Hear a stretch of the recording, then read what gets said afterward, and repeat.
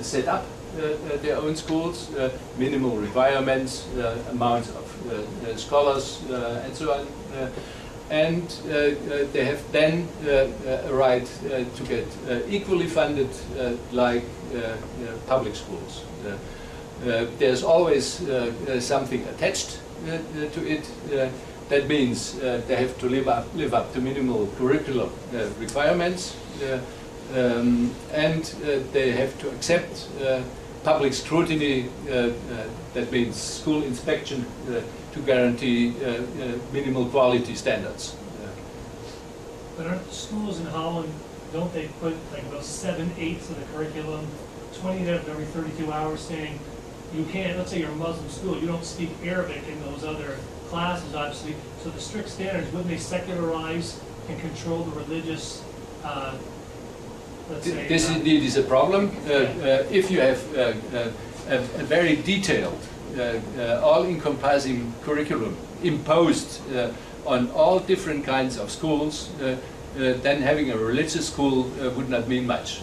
Would mean a bit in terms of pedagogy and school climate also, and maybe in symbols, but would be actually, and I discussed it yesterday with in this other class. This is one of the well-known downsides of the Dutch school system. Because there is a very detailed curriculum which all have to accept, and there are common exams which all have to accept. And the making of the curriculum and the standard setting for the exams is not the result of negotiations and deliberations amongst different school providers and their roof organizations. This is a strictly secularist pedagogical elite, a self-co-opting elite. But that is done differently, for instance, in Flanders. Sir, political scientists, when they look at what you said, they would say, this is nonsense for us. What matters is power politics. That is, when we analyze the Soviet Constitution and we analyze the American Constitution, you would find dictatorial powers in the American one and very democratic in the Soviet.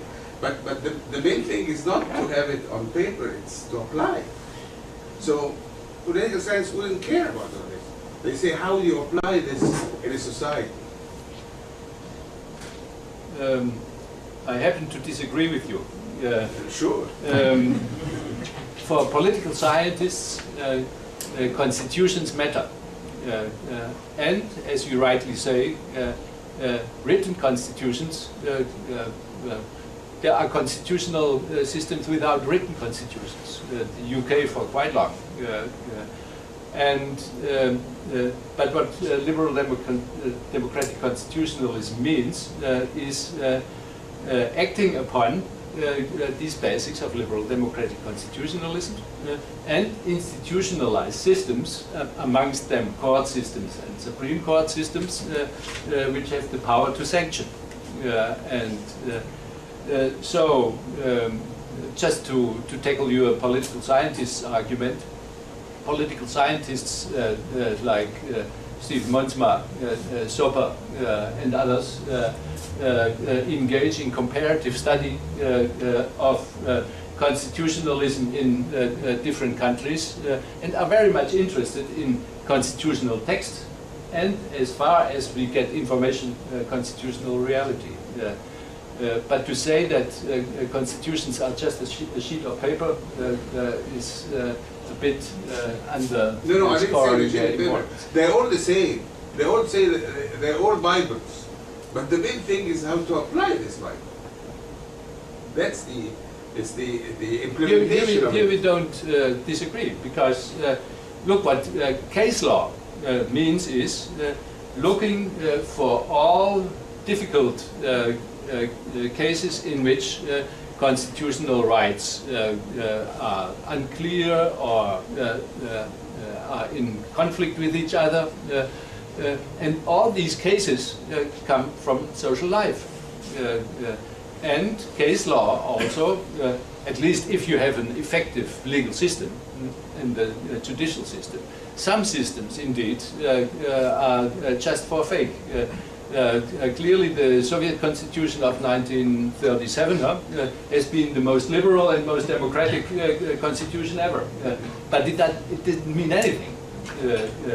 And my approach is not only look at texts and rights, but also look at institutions and by that guided practices. Okay, there was one.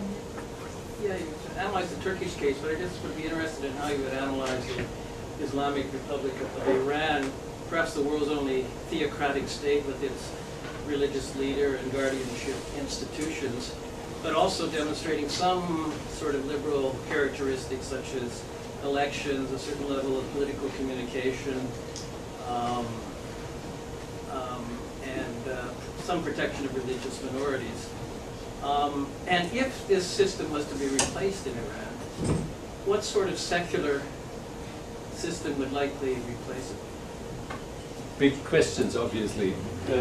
My first argument would be the Iranian Republic is not a liberal one, but it is, to a certain extent, a democratic one. And it is one of these examples that trying to institutionalize democracy without a strong basis in rule of law and liberal constitutionalism usually spells nightmare. Have a look at Iraq or those kinds of countries. What we urgently need is a state which lives up to minimalism, to a minimalist conception of rule of law. And then democracy. Have a look at European history. There have been some happy countries who had Magna Carta as early as the 13th century. And then gradually with revolutions in between, emerged as democratic states. States which had none of those have been in deep trouble. If democracy came up, it has been populist democracy, and it didn't care about minority rights, for instance.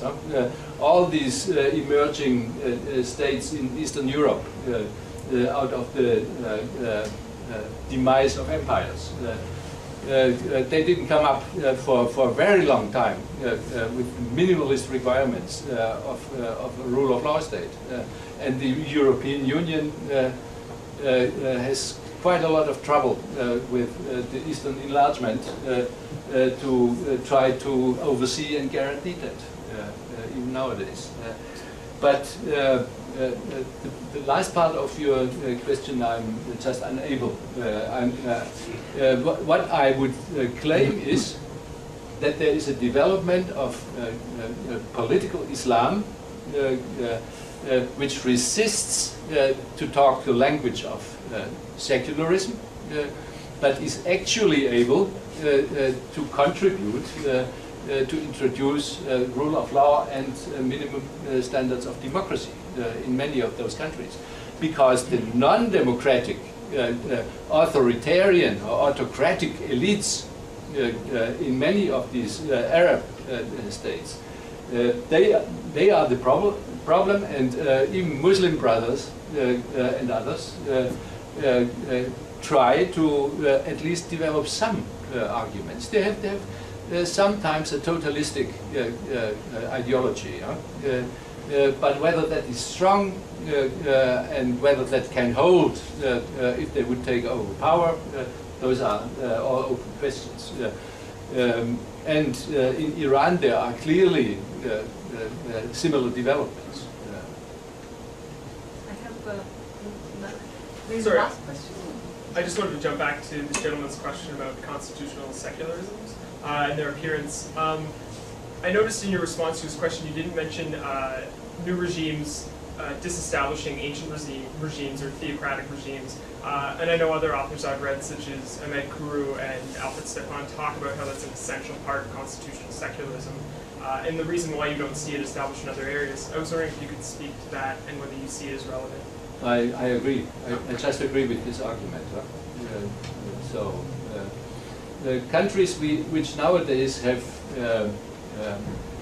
weakly established churches or plural establishment, like England, like Norway, like Denmark, plural establishment in Finland, apart from a Lutheran, also a Russian Orthodox church.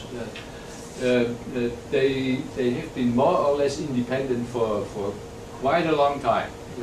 It's difficult for some of these Scandinavian states, but at least they had a sense of we are a people and we have our own institutions.